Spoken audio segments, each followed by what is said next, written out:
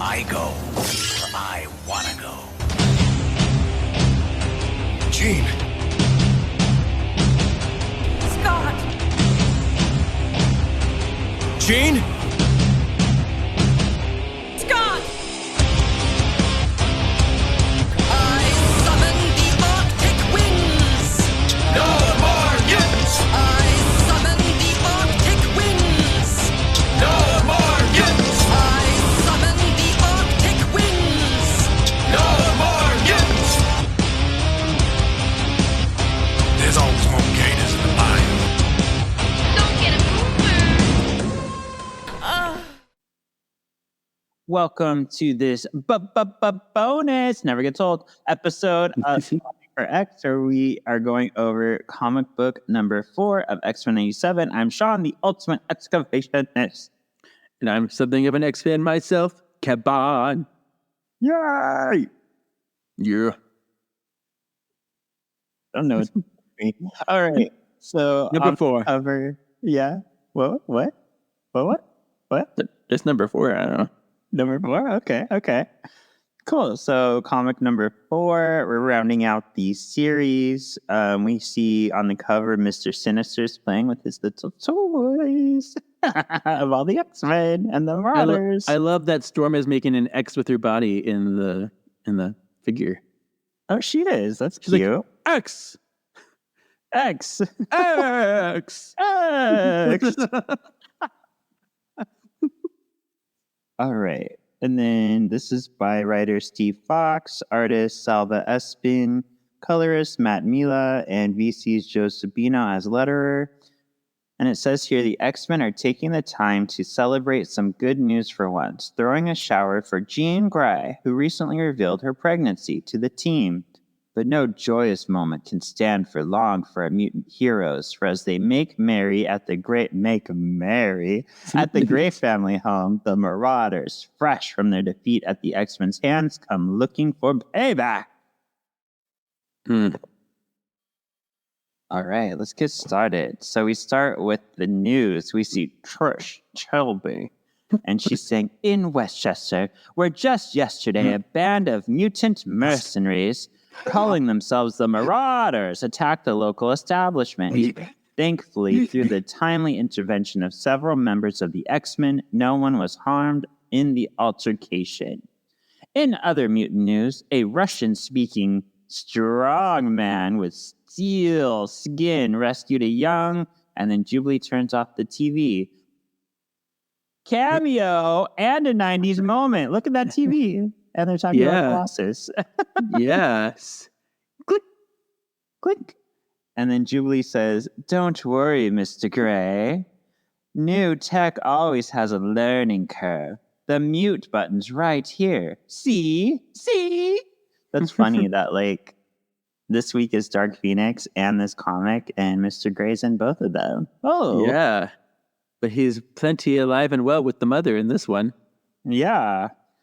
Speaking of the mother, she says, your father wouldn't read an instruction booklet to save his life, Jean. And then Mr. Grey says, your mother's a bitch. Your mother's right.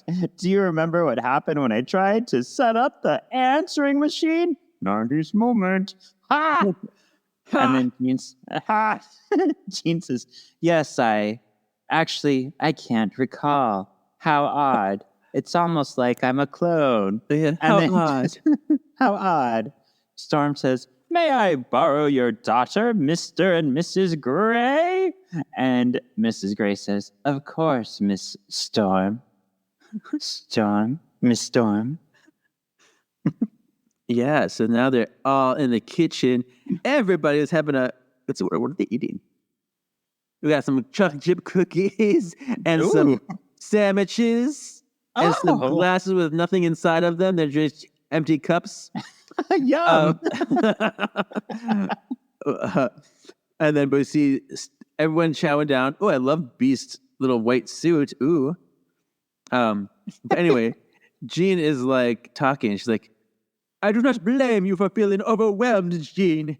It is rare that we can all gather to celebrate news as wonderful as you and Scott having a child on the way. Oh yeah, we see Morphin and Wolvie over there in the corner sulking. too. Oh. She's like, yeah, and then she's like, oh my gosh, you're right. Yeah, I don't know why I'm having the oddest lapses in memory lately. It's like I feel like I'm living a life that's not my own. What? What? How can you What? explain this? This is so weird. Maybe it's just mothers to be stressed. Yes, it's an experience of others. I got it. Thank you. And then we see morph into Daredevil. It's like, come on, Logan. If you keep brooding so hard, Daredevil is going to sue you for copyright infringement. Very funny, very cute. He's like, you got no cheer. And then Well, no, Logan's- this is a play on words because Daredevil is the man without fear, and he says you're Oh. a regular man without cheer. That's right. Ha, ha, ha, ha. Sorry, I'm missing the joke. Men without cheer. Ha, ha, ha, ha. And Logan's like, don't know what you mean, Morph. I'm over the moon for the happy couple. Over the moon? Over the moon. When in your life would you ever say that, Logan? I know. But okay. All you have to do is go over the moon. Okay.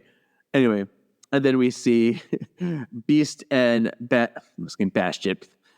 Not yet. And Bishop, the bees, talking. And then we see Beast is like, my sympathies, Bishop. Such frivolities must feel like a cruel distraction from your time-placed plight. He's like, actually, Beast, this ain't so bad.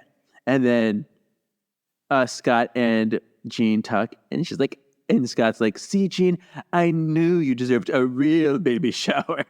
A real baby shower in the real world. And then she's like, I just wish the professor were here. And then Storm watches them, and she's very sweaty. Yeah, I was just thinking that it's almost like those are like the blue like guidelines that you use before like finishing the character. I don't know why. Oh. Because it makes she look sweaty to me. Yeah, she does. Did you notice in this? It's interesting how whenever Morph morphs, they always morph with their face. They never Yes. have like the right face. The full face, like you can tell that there's something. It's like Ditto in Pokemon. Yeah. Oh, that's a good way to put it. Yeah, you see like the Oh, yeah, Ditto this face is- and all this stuff. Yeah, It's a morphin time because you're double. Oh, yeah. Morphin time. And I do think it's funny how Rogue and Gambit like never dress up. They're always in their I know. costume. we just love it so much. Yeah. All right. Gambit says, you sure you pushed the right button, Jubilee? Seems to Gambit that the TV set's on the fritz. And then Mr. Gray's like, newfangled thing. Might need to adjust the antenna. And then Rogue goes, wait a minute, sugar. I recognize that energy buzz anywhere. Get down. And then suddenly there's a whole boom, boom. I love Jubilee's like being all fat and sweaty, like chowing down on a sandwich too.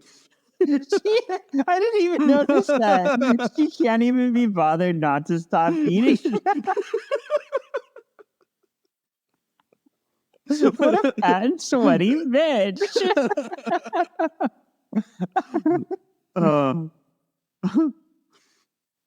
All right, so then we see top panel. The Grays are like down on the floor, and then we see Scott. Mr. and Mrs. Gray, are you all right? He's like, and they're like, we're fine.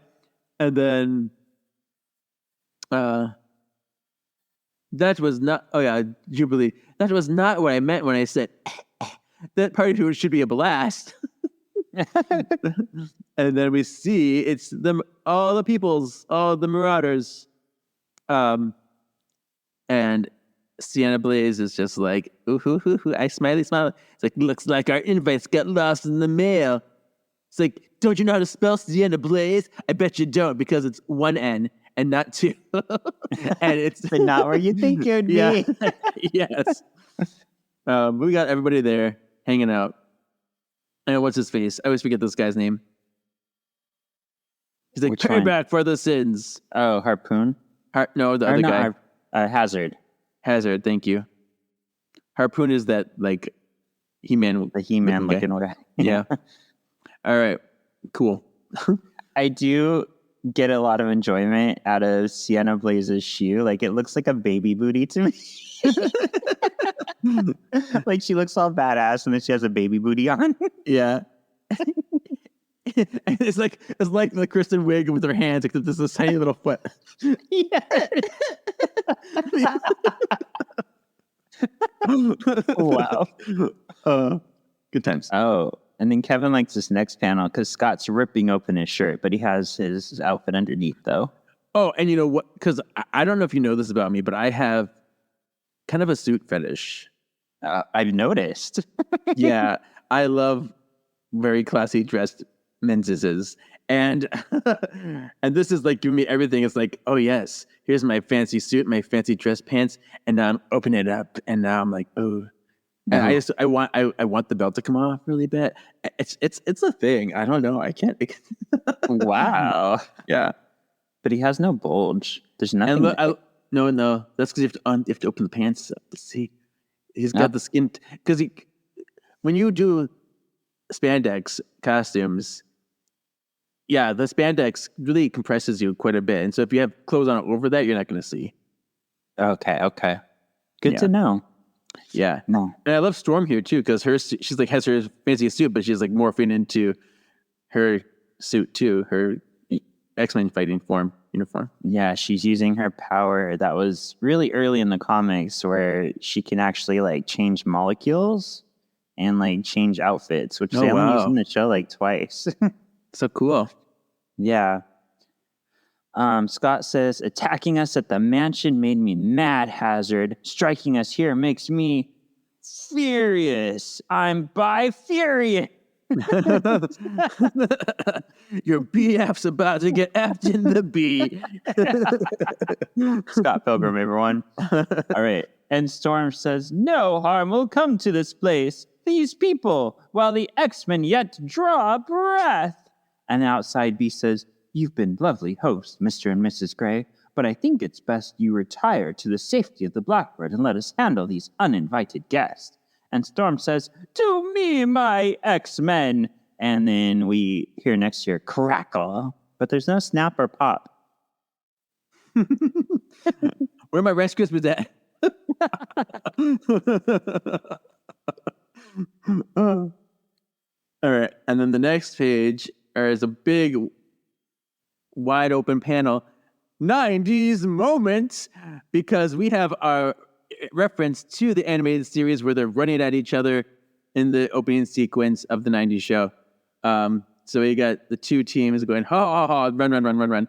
And then Cyclops goes, take them down. Not get down, but take them down. And and then I guess Wolverine's like, don't have to tell me twice, Summers. We got some people flying in the air, Storm and Rogue flying in the air. We got Sienna Blaze or maybe Arclight saying, this is going to be fun. I don't know which one of them. I think it's Sienna. Okay. Ta-da. She seems to be the only one of the Marauders that Talking. talks, her and Hazard. Right. All right, and then Jubilee says, eat Sparks, Pet Rock. 90s So Pet bad. Rock. Oh, but she's saying it to Prism, so I guess it kind of makes sense. Yeah. He said stone, but yeah, But it's like, not great. even eat Sparks, like, really? Eat Yeah. Sparks. Eat Sparks. And he says, the name's Prism, girl, and I can reflect anything you throw at me. And then we see Morphin Time.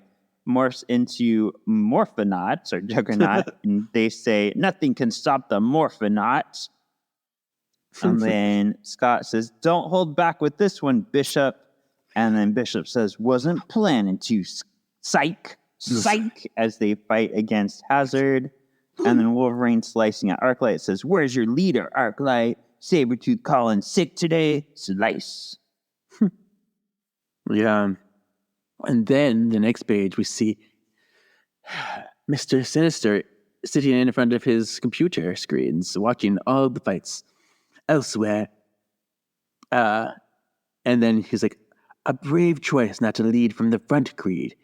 And then Victor Creed is like, Sabretooth, he's like, says the man watching the play-by-play from his secret lair. The Marauders need me more than I need them. if they can't handle Logan's little friends on their own, they're just dead weight. So it's like a test. See you when I see you, Sinister. And he's like, oh, I have no doubt. Yeah, whatever. Okay, I'll see you later. Whatever. Whatever. Yeah, cool, bro. And then back at the fight, Storm says, Rogue told me about you, Sienna Blaze. Every time you unleash your powers, you threaten the integrity of the electromagnetic sphere itself. And then Sienna says, ding, ding, ding, bitch. Isn't it great? And then she like unleashes her snap, crackle, pop powers, and it like shoots all this lightning into the earth. And Rogue's like, whoa, slow down, Maurice. And then Rogue grabs a tree and she says, don't you know you're supposed to yell timber first? And she takes the tree and she throws it into Riptide and says, at least this log don't gotta go to waste. Oh, because Sienna broke the tree, Rogue grabbed it, and then she used it to whack Riptide, who goes, gah! Gah! He makes the Kevin sound, gah! Yes. Because I say comic book stuff. All right. Next page, we see Beast saying, Jean, you're preggers. Why are you even fighting anymore? And then she's like, I'm still an X-Men, X-Women. And then Beast is like, yes. She's like, the team needs me. Like, we will always need you. But you must also trust us to rise to the occasion. And then he goes and fights through the prism. And Jubilee sparklies. And then we see the bottom, everybody fighting. And then Cyclops just gets like pushed back. Yeah. I don't know. It's fine. It's straightforward. Arclight's talking.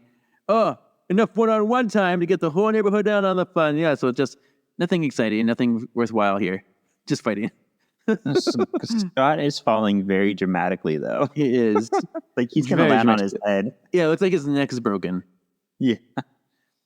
So then Scott hits the ground and he says, if she hits a gas main, the entire area could go up in an inferno. Winky face. Oh. Did we use this word on purpose? Oh. And then Arclight says, Boy Scout, don't threaten me with a good time.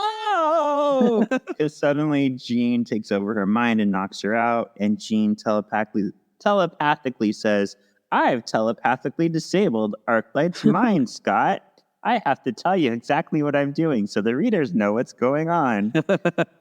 And then she says, now the rest is up to you. Yes, and so Cyclops is like, all right, team, we ran scenarios just like this in the danger room. Bishop and Morph get in Corsair formation. I wonder what that means. What kind of formation is it? What did we learn? What did we do? Is it sexy? Yeah, maybe. Daddy, love me. Anyway. Daddy formation. He's like, Wolverine, you? He's like, this ain't a dance routine, Summers. Following the right moves won't. And then we see up above, Storm and Sienna Blaze are fighting.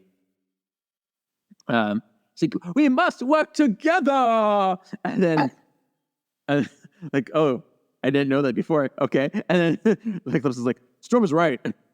Oh, okay. Isn't that what I was getting at just now? But okay. Like,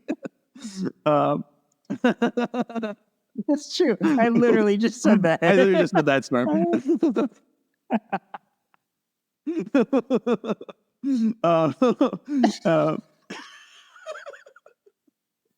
But yeah, he's like, Wolverine, what do you think we should do? And then Wolverine's like, thought you'd never ask. This may not be a routine, but switching dance partners never hurts. Get my claws out. And then Wolverine says, mind if I cut in, Beast? And then Beast is like, what's mine is yours, my friend. And they swap, so Wolverine's now fighting Prism. And we get this beautiful, you look familiar. I'm too lazy to post it, though, because this comic sucks. But we get the like Wolverine with his claws out and the reflection of Prism. And Wolverine says, can you reflect these, buddy? And then Bishop goes to shoot Harpoon. He says, never bring a harpoon to a laser fight. And He-Man goes, arg. And then we see Jubilee fighting Hazard with her pew pews. She's like, I can't believe Chuck was ever friends with a schizoid like you. And he's like, do not mock me, child. And then she's like, do you have any chili fries? And then we see Riptide's like, stand still, Fuzzball, as he tries to hit Beast. And Beast is like, that's Dr. Fuzzball to you, ruffian. Ruffian. Ruffians, thugs, poison ivy, quicksand, cannibals, the snakes, the plague. Yes. Okay. Okay. And then we see Rogue and Gambit over here. And she's like, really? You mind if I borrow a little something?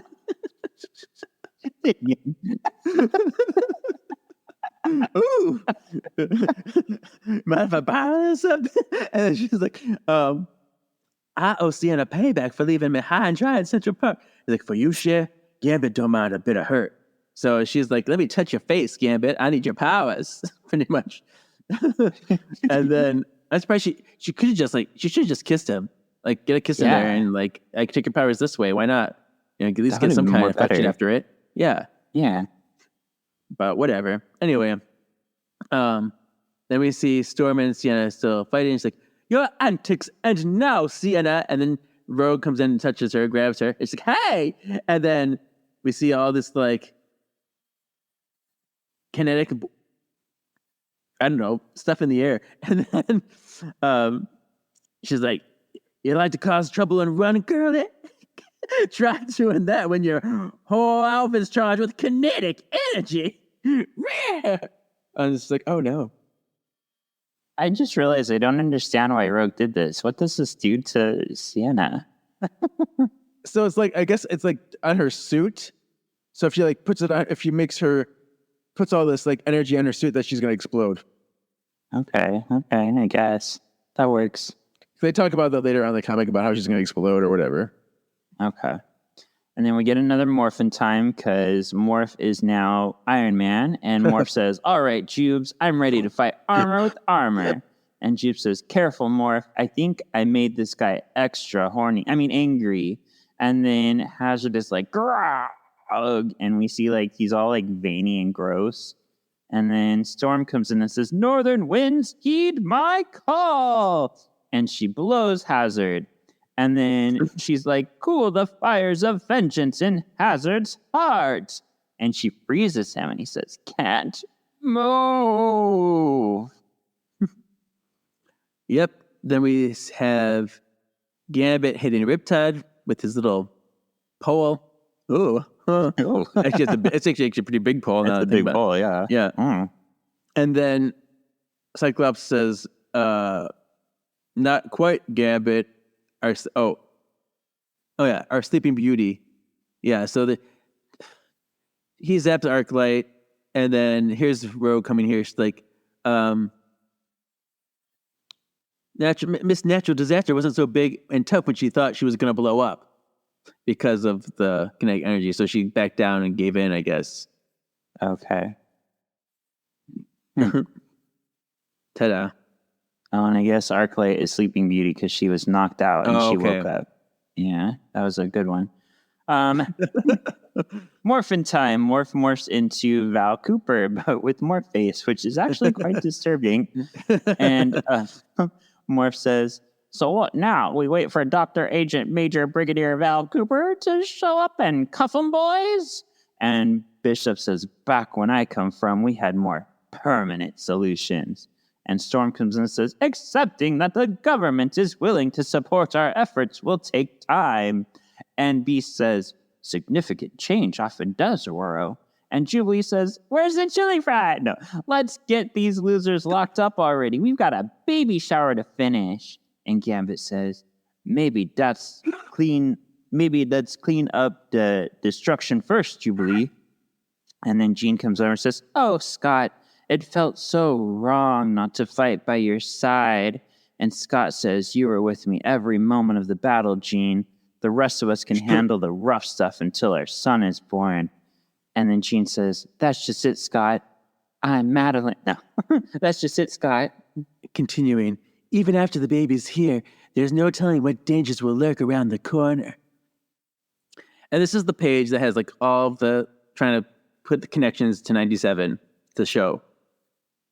So we see like Sinister sitting there watching again, being a creeper. It's like, every failure is just success. Delayed. That child will be mine. And then we see Agent Denty in jail, and Gyrick is on the other side, I guess in the cell next to him. And he's like, oh, are you Agent Carl Denty? He's like, no, not anymore. He's like, good. My name's Henry Peter Gyrick. I believe you have mutual friends looking out for humanity's best interests. We're both FOHers. Let's work together to make you something different. And then we see Emma Frost here holding a paper to Magneto. He's like, what are you doing here, Emma? And she's like, I wanted to see the look on your face when you read the last will and testament of Charles Xavier, which I will bring to the X-Mansion soon. And then we see Sunspot down there with his powers coming out. He's like, this can't be happening to me.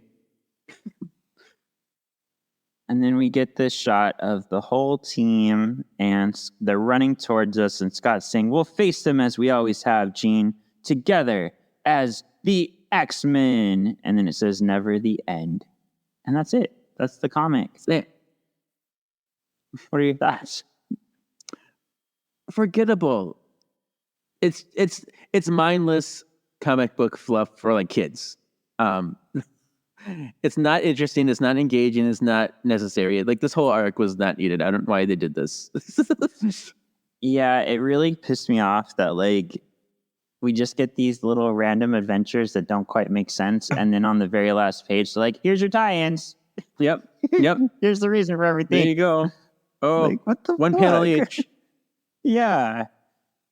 So yeah, this had no reason. I don't know why they released it over 3 months or 2 months. Maybe. Right. Yeah, I don't know. Yeah, they I could guess have just 4 done months, one yeah. volume. What was they doing? They're doing the volume of all 4 of them now, but they could have just done that from the get-go, and I don't know, something stupid Yeah. and easy. And I don't know like who to point the finger at, because usually like I've read some of Stephen Fox's stuff. Like Yeah. Steve Fox is a pretty good writer. So I don't know if Marvel was like, you can't do this, you can't do that, you can't do this, Right. and this is what he had to work with, or And if how much it's was just he? not We had to be written well. informed of some of the stuff, but you couldn't probably. Yeah. That's it's true. Yeah. They probably didn't give him any spoilers except for like the basic ones we got at the end. Yeah. And so, but it's just sad when you have to see the caliber of the X-Men 97 show, and then you have this as like an accompaniment to it, and they're not even close. Yeah, no. And I don't know. I will blame this on the writing. I don't like Sinister or his motives. Like, it doesn't even make sense. Like, I want to make the X-Men look bad, but then this one starts off with Trish Tilby reporting that the Marauders did it anyway. So, like, what was the point? Yeah. And then it also makes me sad that we get all these, like, obscure 90s villains that we don't get to see at all in the show. So that was exciting for me. Like, I wanted to see Sienna Blaze in action. You're right. Yeah. And there were some funny jokes and some really stupid jokes. But I mean, some things made me laugh, and I do think the artwork is still very beautiful. It That is. hasn't changed. So Yeah, and I do like that they did write in, like, the cameos like we're used to from the show. So you could tell this is a person who likes the show. It's just, I don't think they had a lot to work with since it's an unknown time. yeah. Oh, well, but we're Ta-da. done. We don't have to cover anymore. Right. We did it. Fuck yes, Comic So- 4. Podcast Comic 4. That's what I labeled this recording. Cool. So tomorrow, X-Men Dark Phoenix comes out, which is funny because when you listen to that, you're going to hear me say, I don't know when the comic comes out, but we just recorded Dark Phoenix. Yeah.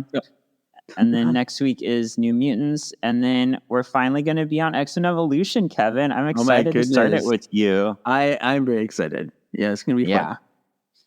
So yeah, a lot of work for me to do in the next couple weeks because I want to update our opening. I won't make any promises because I'm very busy, but I'm going to try to do it.